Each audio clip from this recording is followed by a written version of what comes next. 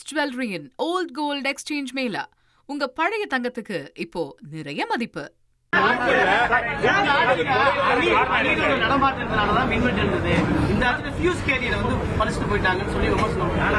அவர் நேரடியா அதை நேரடியா அவர் திமுக பார்த்து சொல்லணும். ஏன்னா அது நிறைய இடத்துல திமுகவின் தூண்டுதலின் பேர்ல நிறைய தவறுகள் நடக்கிறதாக எங்களுக்கும் தகவல் வந்துச்சு. அவர் திமுக பார்த்து சொல்லியிருக்காரு, அது திமுக தான் பதில் சொல்லணும். கொலைகள் நடைபெற்றிருப்பதாகவும் 17 அதாவது போன முந்த ஆட்சி 5 வருஷத்துல பாத்தீங்கன்னா எங்கெங்கெல்லாம் குற்ற சம்பவங்கள் நடக்கிறதோ அந்த அனைத்து குற்ற சம்பவங்களும் மறைக்கப்பட்டதான் பார்த்திருக்கோம். அண்ணா யூனிவர்சிட்டியிலே விஷயத்துல என்னாச்சு, ஒரு வாரம் கடுமையான போராட்டம் நடந்த பொழுது அண்ணா யூனிவர்சிட்டியில ஒரு ஒழுங்கான நடவடிக்கை எடுக்கப்பட்டதா. அதே மாதிரி முகப்பேர்ல ஒரு சிறுமி பாலியல் குற்றம் செய்யப்பட்ட பொழுது அதுவும் ஹைகோர்ட் தலையிட்டு சிபிஐ விசாரணை உத்தரவிட்ட பிறகு நடந்துச்சு. இதுக்கு முந்தைய ஆட்சி காலத்துல ஒவ்வொரு இடத்துலயும் அவங்க குற்ற சம்பவங்கள் மறைக்கும் வேலைகளை செஞ்சாங்க. எங்கேயுமே ஒழுங்கான வழக்கு பதிவு செய்யப்படவில்லை. ஆனால் இப்பொழுது முதல்வர் தெளிவாக சொல்லியிருக்கிறார், எந்த குற்ற சம்பவம் நடந்தாலும் உடனடியாக நடவடிக்கை எடுக்க வேண்டும். யார் செய்தாலும் அவர் மீது எந்த தயவுதாட்சியம் நடவடிக்கை எடுக்க வேண்டும். கடுமையான அவர் மீது நடவடிக்கை எடுத்து அந்த சம்பவங்களுக்கான யார் தொடர்பு அனைவரும் கைது செய்யப்படும் என்ன தெளிவா அறிக்கை கொடுக்கப்பட்டதுக்கு எல்லா இடத்துலயும் உடனடியாக நடவடிக்கை எடுக்கப்பட்டது. ஏதாவது ஒரு இடத்துல ப்ரொசீஜரல் மிஸ்டேக் சொல்லுங்க. அண்ணா நகர் சிறுமி விஷயத்தில் என்னாச்சு, ஒரு வாரமா இன்வெஸ்டிகேஷன் பண்ணாங்க. ஒரு வாரமா பத்திரிகை எல்லாம் சொல்லி அப்புறம் உயர்நீதிமன்றம் தலையிட்டு தான் அந்த சிறுமிக்கு நியாயம் கிடைச்சது. அண்ணா யூனிவர்சிட்டி என்னாச்சுன்னு தெரியும். இங்க ஏதாவது ஒரு இடத்துல ப்ரொசீஜரல் மிஸ்டேக் இருக்கான்னு சொல்லுங்க. குற்ற சம்பவங்கள் ஒவ்வொரு இடத்துலயும் தனிப்பட்ட காரணங்களால் குற்ற சம்பவம் நடக்குது. ஆனால் இங்க அரசு எப்படி அதை நடத்துதுன்னு சொல்லிதான் நீங்க பார்க்கணும். தமிழகம் முழுவதும் கம்பாரிசன் எடுத்துக்கிட்டீங்கன்னா கண்டிப்பாக குற்ற சம்பவங்கள் தனிப்பட்ட குற்ற சம்பவங்கள் எல்லாம் இருக்கதான் செய்யுது. அதை கண்ட்ரோல் செய்யற வேலையில தான் நடந்துட்டு இருக்கோம். இது எல்லா இடத்துலயும் அதிகாரிகள் அதனால தான் தேவையான இடத்துல யார் இருந்தால் பொருத்தமா இருக்கும்னு அதிகாரிகள் மாற்றங்கள் செய்யப்பட்டு வருது. முதல்வர் தினந்தோறும் எந்த அதிகாரி எங்க இருந்தால் அந்த இடத்துல குற்ற சம்பவங்கள் குறைக்கப்படும் மாற்றம் செய்யப்பட்டு வராங்க. குற்ற சம்பவங்கள் நடைபெற்றாலும் அதை எப்படி அரசு கையாளுதுன்னு பார்க்கணும். அதே நேரத்தில் இந்த அரசு எதையும் மூடி மறைக்கவில்லை. போன அரசு மாதிரி எதையும் மூடி மறைக்கவில்லை. எல்லாம் தெளிவாக உடனடியாக நடவடிக்கை எடுக்க போறது. எங்கேயுமே தயவுதாட்சியம் இல்லை, எந்த அரசியல் குறுக்கணும் இல்லை. யாராக இருந்தாலும் அவர்கள் மீது கடுமையான நடவடிக்கை எடுக்க சொல்லி முதல்வருடைய உத்தரவு இருக்கு.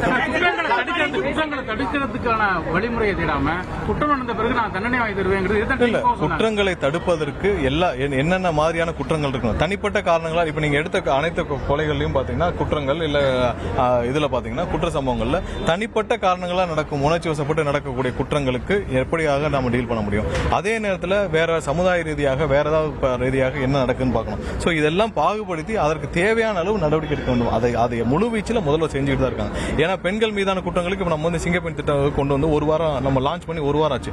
இதை நம்ம இன்னும் பெருசாக்குறது தான் நம்மளுடைய முதல்வருடைய பிளான். சோ இதை பெருசாக்கணும், அவங்களுக்கு தேவையான நவீன கருவிகள் வாங்கிக்கணும். இந்த டீம் ஸ்டெபிலைஸ் ஆவாங்க. இதுக்கு ப்ரையாரிட்டி, அதாவது பெண்கள் சம்பந்தப்பட்ட அனைத்து குற்றங்களுக்கும் ப்ரையாரிட்டி இருக்கும். இவங்க டெக்னிக்கல் ரீதியாக இவங்களுக்கு ஒரு ஆப் எல்லாம் கொண்டு வந்து அவங்களை மேலும் மாடர்னைஸ் பண்ணணும். சோ எல்லா இடத்துல அவங்க உடனே அட்டன் பண்றதுக்கான இது வேணும். சோ இப்ப திட்டங்கள் துவங்கப்பட்டிருக்கு. உடனடியாக இது எல்லாத்தையும் ஸ்டெபிலைஸ் பண்ணப்படும். கண்டிப்பா காலப்போக்கில் எந்தெந்த இடத்துல சமூக ரீதியாக நடக்கப்படும் அனைத்து குற்றங்களையும் தடுப்பதற்கும் குறைப்பதற்கும் அரசாங்கம் முழு வீச்சில் நடவடிக்கை எடுக்கும். அதே தனிப்பட்ட காரணங்கள் நடக்கும் குற்றங்களுக்கு எல்லாவற்றுக்கும் தேவையான நடவடிக்கைகள் எங்கேயும் பாரபட்சம் இல்லாமல் எந்த இதுவும் இல்லாமல் கண்டிப்பாக நடவடிக்கை எடுக்கும்.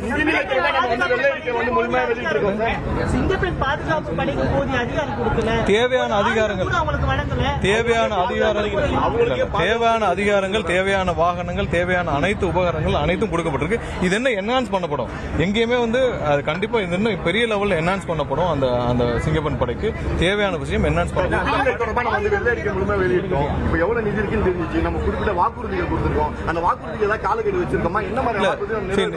அந்த நிதிநிலை அறிக்கையில வெள்ளை அறிக்கை கொடுக்கப்பட்டதோட நோக்கம் தமிழக அரசு என்ன நிலைமையில் இருக்குன்னு எல்லாம் தெரிஞ்சுக்கணும். எத்தனை லட்சம் கோடி இருக்கு, என்ன நிலைமை இருக்கு, ஒவ்வொரு துறையும் என்ன நிலைமை இருக்கு. இப்ப மின்சார வாரியம் 2 லட்சம் கோடி கடன், போக்குவரத்து துறை எவ்வளவு கடன் இருக்கு, என்ன நிலைமையில் இருக்குன்னா சோ இதை மீட்டெடுக்கும் வேலையில் செய்யணும். கடந்த 20 ஆண்டுகளாக 25 ஆண்டுகளாக ஏதாவது ஒரு அடிஷனல் கூடுதல் வருவாய் இந்த அரசுக்கு வரும்னு பார்த்தா எதுவுமே இல்லை.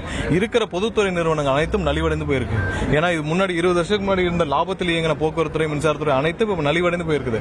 சோ அடிஷனல் ரெவன்யூ கூடுதலாக வருவாயை பெருக்குவதற்கான எந்த முயற்சிகளும் இவர் செய்யவில்லை. போன தடவை அப்படிதான் 5 வருஷத்துக்கு முன்னாடி வந்தப்போ அவங்க எந்த இதையும் செய்யல. ஏன் அப்ப இருந்த முன்னாள் நிதியமைச்சர் 30,000 கோடியை ஒரு குடும்பம் மட்டும் திருடி விட்டதுன்னு சொன்னாரு. ஒரு குடும்பம் மட்டும் 30,000 கோடி அவர்களால் திருடப்பட்டதுன்னு சொன்னாரு. இதுவரைக்கும் அதற்கு யாராவது பதில் சொல்லியிருக்காங்களா? இதுவரைக்கும் அவராவது என்னை 30,000 கோடி திருடிட்டேன்னு ஆடியோ ரிலீஸ் ஆயிருக்கு. அந்த ஆடியோவில் உண்மைத்தன்மை இருக்கான்னு சொல்லி அவரே வந்து இப்போ வரைக்கும் ஏதாவது ஒரு அறிக்கை கொடுத்திருக்காரா? ஒரு குடும்பம் மட்டும் 30,000 கோடி ஒரே வருஷத்தில் திருடினார்கள் என்றால் இந்த 5 வருஷம் தமிழகத்தோட நிதிநிலை எப்படி இருக்குன்னு சொன்னார். இதான் முதல்வர் தெளிவாக சொன்னது. லஞ்ச லாவணியத்தை குறைச்சாலே போதுமான அளவு நம்ம வந்து நிதியை சேமிக்க முடியும். அதற்கடுத்து நிதி ஆதாரத்தை பெருக்குவதற்கும் ஒவ்வொரு துறையையும் இன்னைக்கு இருக்கிற பிரச்சனைகளை மீட்டெடுக்கிறதுக்கு தான் முதல்வர் வந்து பாடுபட்டு கொண்டிருக்கிறார். இப்போ இருக்கிற நிலைமையை மக்களுக்கு சொல்லியாச்சு.